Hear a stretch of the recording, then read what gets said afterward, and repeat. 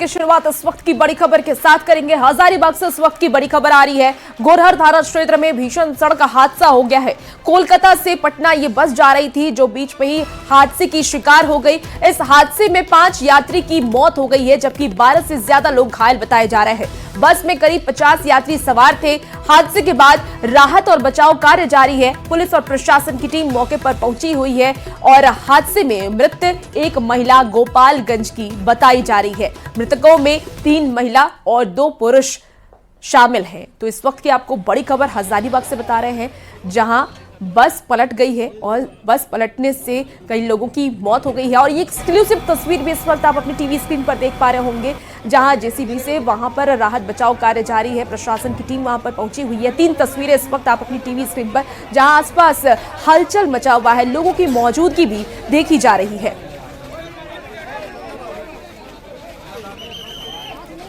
और हजारीबाग से आपको ये बड़ी खबर बता रहे हैं, जहां बस अनियंत्रित होकर पलट गई। और बस पलटने की वजह से आपको ये भी जानकारी दे दी कि 50 यात्री इसमें शामिल थे, जिसमें 12 से ज्यादा लोग घायल हैं और 5 लोगों की मौत हो गई है। तो बड़ी खबर आपको हजारीबाग से बता रहे हैं और ये 2 तस्वीरें भी दिखा रहे हैं। वो अभी की तस्वीर, सुबह की तस्वीर है। आप लोग कब चले थे कलकत्ता से? कल रात को। कितने यात्री थे उसमें? करीब 60 होंगे। सुबह अचानक जो है जब एक्सीडेंट हुआ तब आप लोगों ने जुटा? हाँ, हम सो रहे थे। हम कौन कौन डेथ की? आपकी पत्नी डेथ की? मेरी पत्नी ने। कहाँ घर हुआ आपका? मेरा बिहार गोपालगंज। नाम क्या हुआ? मोतीचंद प्रसाद। गाड़ी कलकत्ता से खुली तो आ रही थी, ठीक ना। गाड़ी लगभग उसका स्पीड 80 से प्लस था। 100% ड्राइवर का गलती। आगे मिट्टी डाला हुआ है रोड पर, मिट्टी देख के वो डाइवर्ट किया, गाड़ी दूसरा लेन में लाया और उसी दरमियान उसका संतुलन बिगड़ा, गाड़ी कितने लोग मर चुके हैं? अभी तो लगभग 5 को तो हम सामने देखे। उसके बाद दवा हुआ क्या था तो हम चल गए ट्रीटमेंट के लिए हॉस्पिटल। अभी हम लोग का पूरा प्रशासन यहाँ पर है। हम लोग ने एम्बुलेंस के द्वारा जो घायल को जो है हॉस्पिटल भेजा है और अभी हम लोग हॉस्पिटल जा रहे हैं। वहाँ से हम लोग देखेंगे जिनको बेहतर चिकित्सा की जरूरत है उनको हम लोग आगे हम लोग भेजेंगे। लगभग 6 बजे की घटना है। वैशाली बस जो कलकत्ता से पटना जा रही थी वो एक्सीडेंट कर गई है जीटी रोड में। और ये गोरहर थाना के समीप ही एक्सीडेंट हुई है। जैसे ही एक्सीडेंट हुई और हमारे पुलिस और प्रशासन के लोग यहाँ पे आए, स्थानीय लोगों का भरपूर सहयोग मिला और उसके सहयोग से जो पलटी हुई गाड़ी थी उसको उठाया और जितने लोग उस पर दबे हुए थे उनको निकाला गया है, जिसमें कि 4 डेथ कर गए थे जो बस से दब करके। 4 की डेथ हो चुकी थी और 3 जन का और भी डेथ हुआ जिसको हम लोगों ने भेजा है और 10 से ज़्यादा लोग गंभीर स्थिति में हैं। और ज्यादा जानकारी के लिए न्यूज़ 18 संवाददाता सुशांत सोनी इस वक्त हमारे साथ फोन लाइन पर जुड़े हुए हैं। सुशांत, फिलहाल क्या अपडेट है और कैसे ये हादसा हुआ है, पूरी जानकारी दीजिए। देखिए, अगर फिलहाल की अपडेट की अगर बात की जाए तो जिस तरीके से गोरहर थाना क्षेत्र से दुर्घटना हुई है, ऐसे में जिला प्रशासन की टीम और जो स्थानीय लोग हैं सभी मिलकर जो घायल है उनका रेस्क्यू करने का काम किया। जो घायल है उनको जो SBMCH हजारीबाग भेजा गया है। उसमें से जो है 3 से 4 की हालात जो है गंभीर बताई जा रही है। अभी तक की आधिकारिक पुष्टि की अगर बात कर ले तो 5 यात्री की जो है वो मौत की बात कही जा रही है। लेकिन अगर जिस तरीके से जो घटना घटी उसको लेकर जो है लंबा सड़क जो है वो जाम देखने को मिला है। जो लगातार इस तरीके से जो घटनाएं आ रही, कई तरह के आरोप प्रत्यारोप जो है सड़क निर्माण कंपनी पर भी लग रहा है। लेकिन देखने वाली बात यह होगी कि जो आए दिन इस क्षेत्र में दुर्घटनाएं होती रहती है, इस पर प्रशासन क्या करती है, अभी देखने वाली बात होगी। जी, फिलहाल घायलों की क्या स्थिति है, क्या कोई जानकारी मिल पाई है? जी, घायलों का जो है वो फिलहाल जो है प्राथमिक उपचार के बाद हजारीबाग का शेख भिखारी मेडिकल कॉलेज भेजा गया है, जहां पर उनका बेहतर इलाज किया जा रहा है। लेकिन 3 से 4 की जो स्थिति है वो काफी जो है दयनीय बताई जा रही है। ठीक है, बहुत शुक्रिया सुशांत तमाम जानकारी के लिए। और इसी बीच एक और बड़ी खबर धनबाद से आ रही है, जहां पर मैथन डैम में डूबे हैं 3 युवक। तीनों युवक धनबाद के नया बाजार, बासीपुर और मनईटाड़ का रहने वाला बताया जा रहा है। सूचना मिलते ही पुलिस मौके पर पहुंची। तीनों युवकों की तलाश जारी है। मैथन डैम घूमने के लिए ये तीनों युवक गए हुए थे। तो इस वक्त की बड़ी खबर धनबाद से बता रहे हैं, जहां मैथन डैम में 3 युवक डूब गए हैं। और तीनों युवक की अगर हम बात कर लें तो नया बाजार, वासेपुर और मनईटाड़ का ये तीनों युवक बताया जा रहा है। हालांकि युवक क्यों पहुंचे हुए थे मैथन डैम, घूमने पहुंचे थे या कोई और वजह, ये फिलहाल निकलकर सामने नहीं आई है। पुलिस आगे की कार्रवाई कर रही है।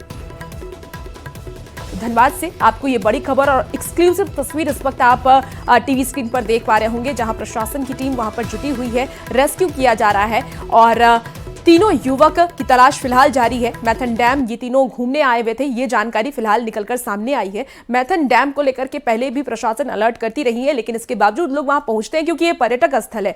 लेकिन 3 युवक यहां आए थे घूमने के लिए जो डूब गए हैं। और नहाने के लिए 6 लड़का था, 6 लड़का जो है 6 लड़का अपना यहाँ नहाने आया था, जिसमें से 3 लड़का जो है डूबा है और जिसमें 3 लड़का यहाँ से भागा। जो हम लोग को खबर मिला तब हम लोग यहाँ पे आए। यहाँ पे आने के बाद प्रशासन को खबर किया गया, यहाँ का लोकल आदमी लोग जो है पूरा सपोर्ट किए, मगर अभी तक प्रशासन का कोई भी सपोर्ट नहीं मिला। प्रशासन को हम लोग रात भर हम लोग यहाँ पे थे, प्रशासन बोला सुबह कार्रवाई होगा। सुबह हम लोग 7 बजे फोन किए हैं, 7 बजे से बोला कि आ रहा है, टीम आ रहा है, टीम आ रहा है, और अभी तक टीम नहीं आया है।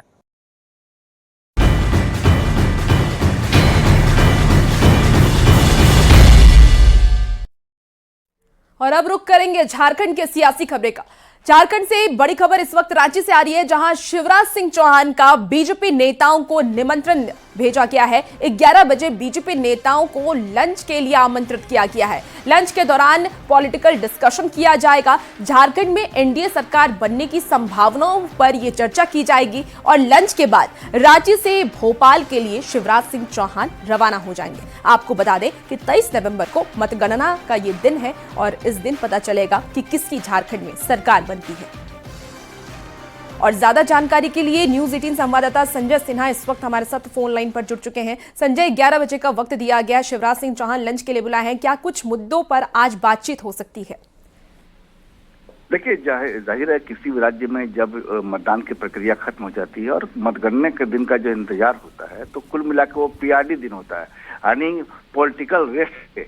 तो ऐसे में मौका भी होता है, दस्तूर भी होता है कि आप सभी लोग जिन्होंने चुनाव में इतनी मेहनत की है, लगातार दौरा है, तो तमाम लोग आएं और अपने अपने अनुभव को बताएं ताकि पार्टी को एक फीडबैक मिल सके। देखिए, इसमें एक और लाइन भी है कि जितने भी विधानसभा क्षेत्र के प्रभारी हैं बीजेपी के, तमाम से एक रिपोर्ट मांगी गई है कि आप अपने अपने क्षेत्र की रिपोर्ट सौंपिए। ये रिपोर्ट जल्द देनी है ताकि पार्टी को ये अंदाजा लग सके कि कहाँ उनकी मेहनत कामयाब रही और कहाँ चूक हो गई। तो कुल मिलाकर पार्टी अगले 48 घंटों में तमाम संभावनाओं को देख रही है कि कितनी सीटें पार्टी बिल्कुल संजय, और आज का डिस्कशन काफी खास भी होने वाला है क्योंकि चुनाव खत्म हो गए। ऐसे में क्या लगता है आज मुख्यमंत्री के चेहरे को लेकर भी चर्चा होगी कि अगर आने वाले वक्त में एनडीए की सरकार बनती है तो झारखंड का मुख्यमंत्री कौन होगा? नहीं, अभी इस पर कोई चर्चा नहीं है, क्योंकि ये सवाल जो है शिवराज सिंह चौहान से उसमें पूछा भी गया था, तो उन्होंने कहा कि फिलहाल अभी इस पर कोई बात ही नहीं है। सबसे पहले बीजेपी की प्राथमिकता है कि एनडीए की सरकार झारखंड में बने और सबसे पहली बात उसी संभावनाओं को तलाशा जा रहा है। देखिए, 23 नवंबर को जाहिर है कि जब मतगणना के दिन जैसे समय बढ़ेगा, दोनों पार्टियों की ओर से, चाहे एनडीए कहें, इंडिया गठबंधन कहें, धड़कनें तेज रहेंगी और जैसे जैसे आप देखेंगे रुझान आने लगेंगे तो कुल मिलाकर पटाखों की आवाज भी पार्टी कार्यालय में जो भी पार्टी जीतेगी वहां गूंजने लगेंगे। उसके बाद ही मुख्यमंत्री के चेहरे पर बातचीत होती है। देखिए, इंडिया गठबंधन की बात करें तो वहां मुख्यमंत्री का चेहरा तय है, हेमंत सोरेन है, और एनडीए गठबंधन की बात करें तो यहाँ पार्टी किसी चेहरे पर चुनाव नहीं लड़ी है, पीएम मोदी का चेहरा आगे किया गया है। तो ऐसे में अगर सीटें आती है बहुमत के करीब तो चेहरा कौन होगा, इस पर पार्टी बिल्कुल संजय, और देखने वाली बात होगी कि 23 नवंबर को पता चलेगा कि किसकी सरकार बनती है और आने वाले वक्त में अगर एनडीए की सरकार बनती है तो मुख्यमंत्री का चेहरा कौन होगा, ये एक बड़ा सवाल है। बहुत शुक्रिया संजय तमाम जानकारी की। खबरों में आगे बढ़ेंगे। झारखंड विधानसभा में बम्पर वोटिंग हुई है और वोटिंग खत्म होने के बाद सर्वे एजेंसियों ने एग्जिट पोल के अनुमान जारी किए हैं। एग्जिट पोल में दोनों ही गठबंधनों के बीच कांटे की टक्कर दिख रही है। हालांकि एग्जिट पोल के रुझानों में एनडीए को बढ़त दिख रहा है।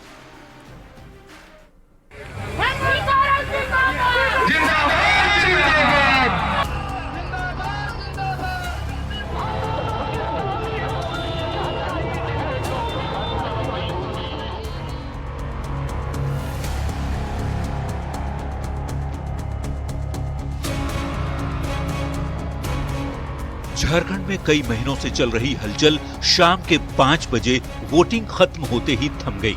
वोटिंग खत्म हुई और सर्वे एजेंसियों ने एग्जिट पोल के अनुमान जारी करने शुरू कर दिए। एग्जिट पोल के अनुमानों में दोनों ही गठबंधनों के बीच कड़ी टक्कर दिख रही है। 6 सर्वे एजेंसियों के सर्वे पर यदि नजर डालें तो 3 में एनडीए की सरकार बनती दिख रही है और 3 एग्जिट पोल के नतीजे इंडिया गठबंधन को बढ़त दिखा रहे हैं। झारखंड का पीपल्स पल्स एग्जिट पोल में एनडीए को 44 से 53 सीट मिल सकती है, जबकि इंडिया 25 से 37 तक सिमट सकता है, जबकि अन्य को 5 से 9 सीटें मिल सकती हैं। तो IANS मैट्रीज के सर्वे में एनडीए को 42 से 47 सीट का अनुमान है, इंडिया को 25 से 30 सीट का अनुमान है और अन्य को 1 से 4 सीट मिलती हुई दिख रही है। जेवीसी नाम के सर्वे एजेंसी के एग्जिट पोल पर यदि नजर डालें तो एनडीए को 40 से 44 सीट, इंडिया को 30 से 40 सीट और अन्य को 1 से 4 सीट मिलती हुई दिख रही है। लोक पोल ओपिनियन सर्वे की बात करें तो एनडीए को 36 से 39 सीट का अनुमान है, जबकि इंडिया को 41 से 44 सीट मिल सकती है, अन्य को यहां भी 3 से 4 सीट मिलती दिख रही है। अब बात चाणक्य की। चाणक्य स्ट्रेटेजीज के एग्जिट पोल के मुताबिक एनडीए को 45 से 50 सीटें, जबकि इंडिया को 35 से 38 सीटें और अन्य को 3 से 5 सीट मिलती दिख रही है। एक्सिस माई इंडिया के सर्वे में एनडीए को 17 से 27 सीट मिलने का अनुमान है, तो इंडिया गठबंधन को 49 से 59 सीटें मिलती हुई दिख रही हैं, जबकि अन्य को 1 से 6 सीटें मिलने का अनुमान है। यानी झारखंड चुनाव को लेकर हुए एग्जिट पोल में दोनों ही गठबंधनों के बीच कांटे की टक्कर दिख रही है। 3 सर्वे में एनडीए और 3 सर्वे के मुताबिक इंडिया की सरकार बनने का अनुमान है। देखना यह होगा कि झारखंड चुनाव के एग्जिट पोल के नतीजे एक्चुअल नतीजों के बाद पास या फेल साबित होते हैं। Bureau report, news 18। झारखंड विधानसभा का चुनाव संपन्न हुआ और अब सबको 23 तारीख का इंतजार है, क्योंकि 23 तारीख को नतीजे आएंगे। झारखंड चुनाव में आपको बता दें कि जनता ने इस बार बम्पर वोटिंग की है और 2019 के वोट परसेंटेज को भी पीछे छोड़ दिया है।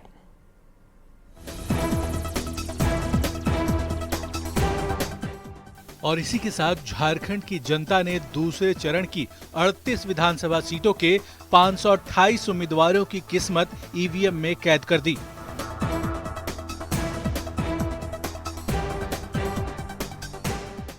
वोट परसेंटेज की बात करें तो दूसरे चरण में पहले चरण से भी ज्यादा वोटिंग हुई।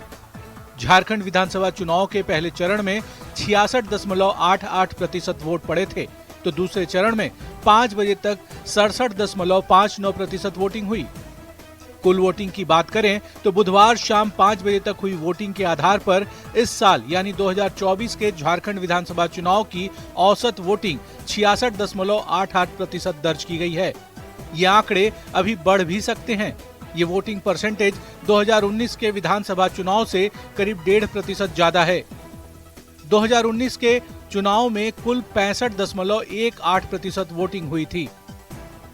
झारखंड में अब तक हुए चुनाव के वोट प्रतिशत पर नजर डालें तो पता चलता है कि 2009 को छोड़कर झारखंड में चुनाव दर चुनाव वोट प्रतिशत बढ़ता ही रहा है। 2005 में 57.03% वोटिंग हुई थी, जो 2009 में 56.96% रही।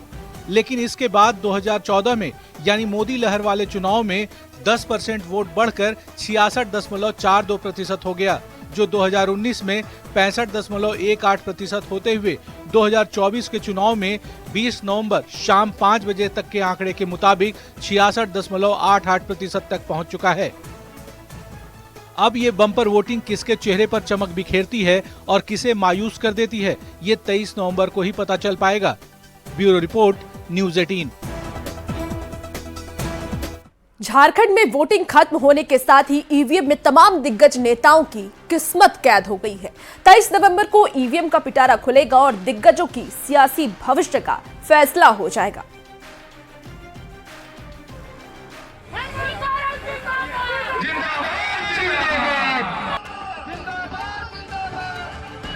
झारखंड विधानसभा चुनाव में कई दिग्गज नेताओं की साख दांव पर लगी हुई है। कई सीटों पर आमने सामने का मुकाबला है। कुछ वीआईपी सीटें त्रिकोणीय मुकाबले में फंसी हुई हैं, पर इतना तो तय है कि इन चुनाव का परिणाम बहुत हद तक इन नेताओं के सियासी भविष्य का फैसला करने जा रहा है। यही वजह है कि जनता का दिल जीतने के लिए इन नेताओं ने कोई कसर नहीं छोड़ी।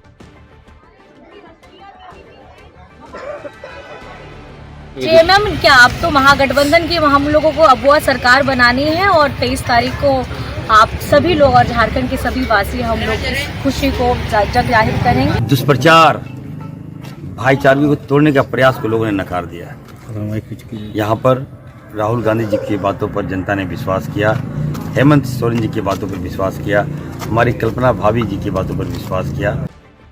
इस फेज में जिन दिग्गजों की प्रतिष्ठा दांव पर लगी हुई है, उनमें साहिबगंज की बरहेट सीट से हेमंत सोरेन, गांडेय से कल्पना सोरेन, दुमका से बसंत सोरेन, जामताड़ा से सीता सोरेन, जामताड़ा से मंत्री इरफान अंसारी, महागामा से मंत्री दीपिका पांडे सिंह, मधुपुर से मंत्री हफीजुल हसन, डुमरी से मंत्री बेबी देवी, नाला से स्पीकर रविंद्रनाथ महतो, धनवार से बीजेपी के प्रदेश अध्यक्ष बाबूलाल मरांडी और सिल्ली से आजसू अध्यक्ष सुदेश महतो जैसे नेताओं के नाम शामिल हैं। कुछ दिखाने की जरूरत नहीं है। सरकार की नाकामी ही एनडीए के लिए अवसर पैदा किया है। सरकार ने जिस रूप से अपने अवसर पाने के लिए गैर जवाबदेह जो कमिटमेंट उनका था, वो आज लोगों के जहन में है और हर वोट के पीछे आप देख रहे होंगे जो वोट एनडीए को पड़ रहा है, उनका गुस्सा भी साथ में। आप तो संकेत जो मिल रहा है, ऑडियो हाई हो रहा है, झारखंड की जनता अब परिवर्तन का आ चुकी है। हेमंत सोरेन की सरकार जा रही है। झारखंड में लोकतंत्र का महापर्व संपन्न हो चुका है और अब सबको बेसब्री से इंतजार है 23 नवंबर का, जब ईवीएम का पिटारा खुलेगा और झारखंड की जनता का फैसला सामने आ जाएगा। Bureau report, news 18। तो 23 नवंबर को झारखंड विधानसभा के नतीजे आएंगे, लेकिन उससे पहले दावों का दौर भी अब तेज हो गया है। राज्य से बीजेपी उम्मीदवार सीपी सिंह ने जीत का दावा करते हुए ये कहा कि पूर्व बहुमत के साथ एनडीए की सरकार बनने जा रही है। देखिए, मैं झारखंड में रहता हूं, खुद रांची से उम्मीदवार हूं, तो ऐसी स्थिति में एग्जिट पोल पर मैं विश्वास नहीं करता, एग्जैक्ट पोल पर विश्वास करता हूं। झारखंड के अंदर जो 2 चरण में मतदान हुआ है, दोनों चरण के मतदान को यदि मैं एनालिसिस करता हूं, तो ऐसी स्थिति में भारी बहुमत से भारतीय जनता पार्टी अपने सहयोगियों के साथ जीतने जा रही है और झारखंड में सरकार बनाने जा रही है। तो वहीं झारखंड में एक बार फिर सरकार बनाने को लेकर के झारखंड मुक्ति मोर्चा एकदम कॉन्फिडेंट दिख रहा है। न्यूज़ 18 से खास बातचीत में पार्टी प्रवक्ता मनोज पांडे ने यह भी बताया कि एग्जिट पोल में नहीं बल्कि एग्जैक्ट पोल में वो भरोसा रखते हैं। उन्होंने दावा किया है कि चुनाव में 54 से 55 सीटें इंडिया गठबंधन को मिलने वाली है। झारखंड विधानसभा चुनाव का मतदान अब खत्म हो चुका है। नजरें अब जो है 23 नवंबर पर हैं। एग्जिट पोल बार बार चिल्ला रहा है झारखंड में बनेगी सरकार तो आखिर किसकी, अलग अलग डाटा है, लेकिन हम इस पर बात करेंगे झारखंड मुक्ति मोर्चा के केंद्रीय प्रवक्ता मनोज पांडे जी से। ये जो एग्जिट पोल आ रहा है, कुछ में आपको एज दिया जा रहा है फुल फ्लेश, कहीं एनडीए को जा रहा है।